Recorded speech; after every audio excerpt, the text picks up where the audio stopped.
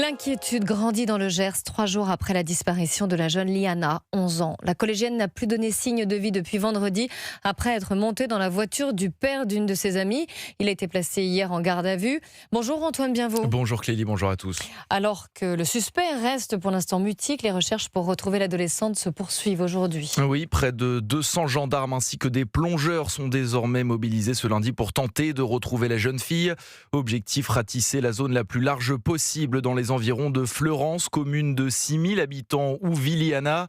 Comme toujours dans ce genre d'affaires, les militaires sont engagés dans une vraie course contre la montre, comme l'explique le docteur Jean-Pierre Bouchard, psychologue et criminologue. 3 jours, ça commence à devenir inquiétant. Mais le principe, c'est d'être optimiste. Tant qu'il n'y a pas de preuves, on suppose toujours que la personne est vivante. En général, on part de la victime. Donc, c'est toutes ces relations qui peuvent être plus intéressantes que d'autres, comme disent les enquêteurs. Et évidemment, tout le territoire qui pourrait être concerné par la petite victime, mais aussi par des suspects potentiels. Un suspect potentiel, justement, il y en a un, placé en détention provisoire depuis hier après-midi. Un homme de 41 ans, père d'une amie de Liana.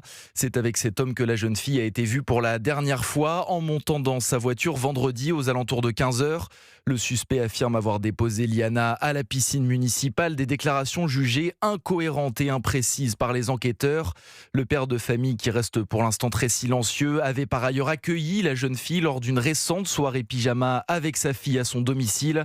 En rentrant chez elle, Liana avait alors évoqué des chatouilles prodiguées par cet homme, ce qui avait poussé ses parents à prendre leur distance avec le suspect. Merci Antoine Bienvaux pour Europe 1.